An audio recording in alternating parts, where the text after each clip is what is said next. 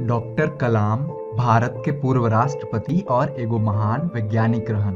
आपन प्रेरणास्पद जीवन के अपना जीवनी आग के पंख में बहुत सलीका से लिखले बड़े। ई ऑडियो बुक में आप ओकर भोजपुरी रूपांतरण सुनेम।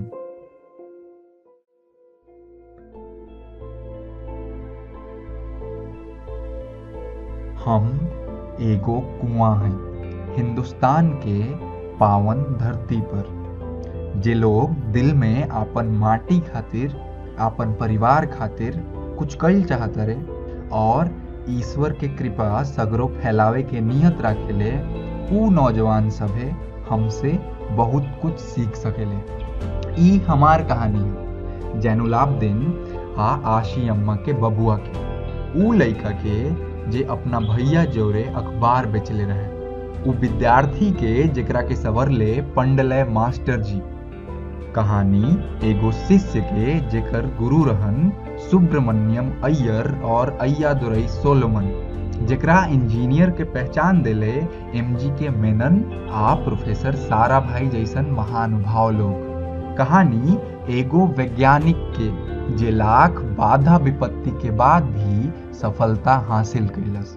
कहानी एगो नायक के जे देश के एगो दिशा दिहलस, जेकरा साथ रहे मेधावी आ समर्पित अनुभवी लोग के टीम।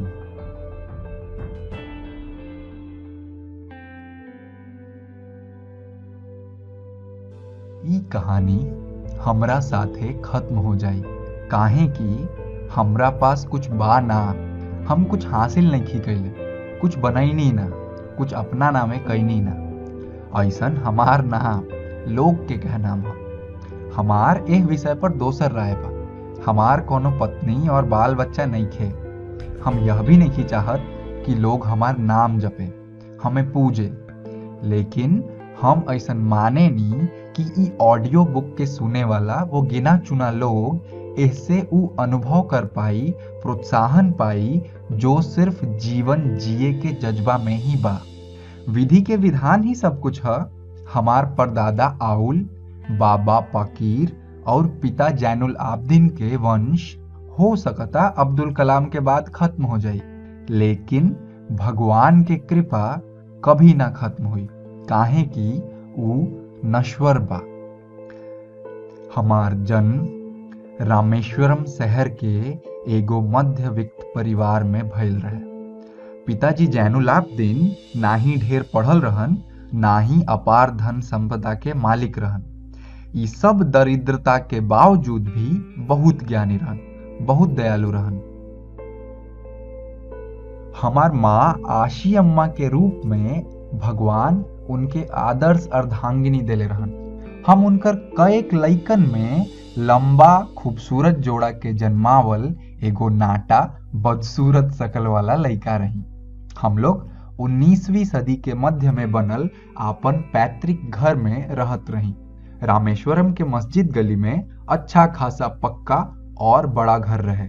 पिताजी आडंबर और दिखावा वाला भोग विलास से कोसों दूर रहत रहन, पर हर जरूरत के चीज उपलब्ध रहे। हमार बचपन हम कहम कि हर तरीका से परिपूर्ण रहे। शारीरिक और मानसिक हर जरूरत सब बिना मंगले पूरा रहे।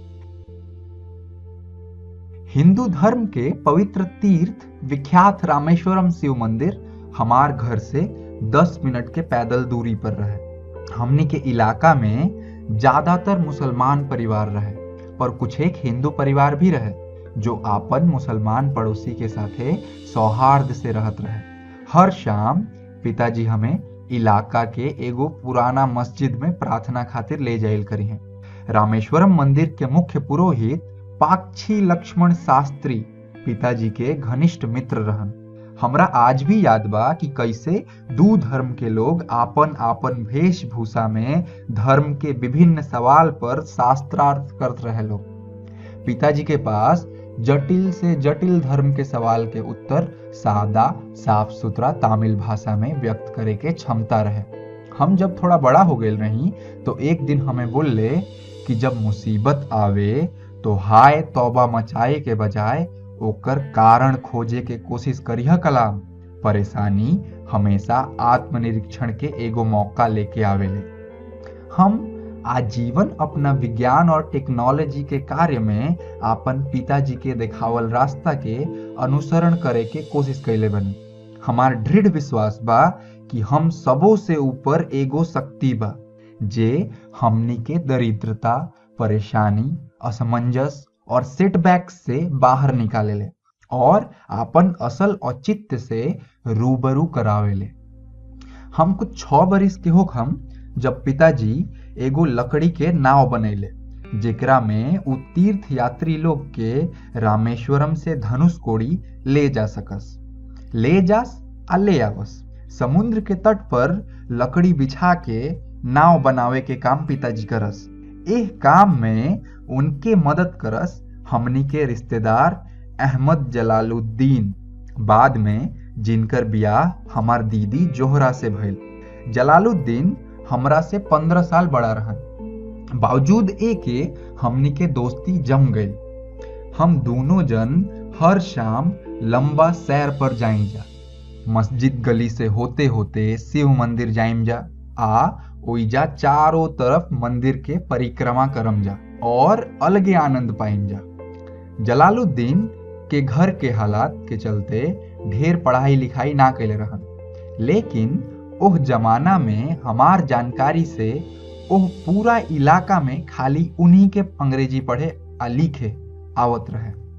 जलालुद्दीन हमेशा पढ़ल लिखल लोग के बात करस, विज्ञान में नया का खोज भइल, अभी हिंदुस्तान के साहित्य में का चलता, ई सब में उनका बड़ा रुचि रहे। एगो और आदमी जे हमरा के लइकाई में बहुत प्रभावित कैलस, हमार चचेरा भाई शमसुद्दीन। रामेश्वरम में उनका भी अखबार के ठेका रहे। सब काम काज अकेले संभारत रहन। भोरे भोरे ट्रेन से रामेश्वरम स्टेशन पर अखबार आवे, ओकरा बाद सबके घरे जाए। सन 1939 में वर्ल्ड वार II द्वितीय विश्व युद्ध शुरू भइल। भारत मजबूरी में अंग्रेजन के साथ देलस। आपातकाल इमरजेंसी जैसन माहौल हो गई रहे, खौफ फैल गई रहे। रामेश्वरम आवे आला ट्रेन के रद्द कर दिहल गई और अखबार के बंडल चलती ट्रेन से रामेश्वरम और धनुषकोडी के बीच सड़क पर फेंक दिहल जात रहे। अब भैया के एगो आदमी के दरकार पड़ल जे सड़क से अखबार के बंडल जमा कर सके। ई मौका हमरा मिलल। एह तरह हम आपन जीवन के पहला कमाई करनी।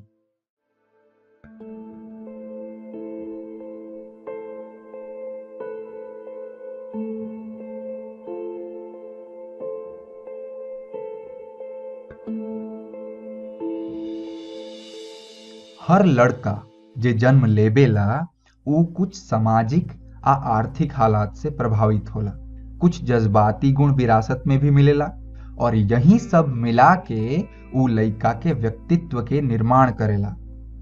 हमरा ईमानदारी आ अनुशासन अपना पिता से मिलल रहे। आसी अम्मा से करुणा में यकीन बढ़ल, निस्वार्थ नेकी मिलल उनसे। लेकिन ई जलालुद्दीन आ शमसुद्दीन के ही संगत रहे जे ना सिर्फ हमार बचपन के अनोखा बनैलस अपितु हमार बाद के जीवन में भी बहुत योगदान देलस। ओकरा बाद युद्ध खत्म हो गई। हिंदुस्तान अब अंग्रेजन से अपन आजादी के मांग बढ़ा देले रहे। हम जिला मुख्यालय रामादीपुरम में जाके पढ़ल चाहत रही, तो पिताजी से सहमति लेला के बाद शमसुद्दीन आ जलालुद्दीन हमरा के स्वार्स हाई स्कूल में भर्ती करावे ले गईले। पता ना काहे ऊ जगह हमरा ना भाई। रामादीपुरम जीवन से परिपूर्ण 50,000 आबादी वाला शहर रहे, लेकिन एहिजा रामेश्वरम जैसन इत्मीनान आ सुकून ना रहे। हम रामेश्वरम जाए के कोनो ना कोनो मौका ले लेत रही, छुट्टी मिले ना कि हम घरे पहुंच जाई। एक बार स्वार्थ हाई स्कूल में मन लाग गई। एगो 15 बरिस के जिज्ञासु कलाम के फिर से जन्म भइल। टीचर अय्यादुरई सोलोमन गजब के मार्गदर्शक रहन। ऊ नवांकुर खातिर जेकरा सामने दुनिया के अपार संभावना आपन बाह खोल के खड़ा भइल रहे। रामाधिपुरम में हमार निवास के दौरान सोलोमन और हमार संबंध शिक्षक आ छात्र से बढ़ के कहीं ज्यादा हो गए। सोलोमन कहस, जीवन में सफल होके आ फल पावे खातिर 3 गो शक्ति पर निपुणता पावल बहुत जरूरी बा।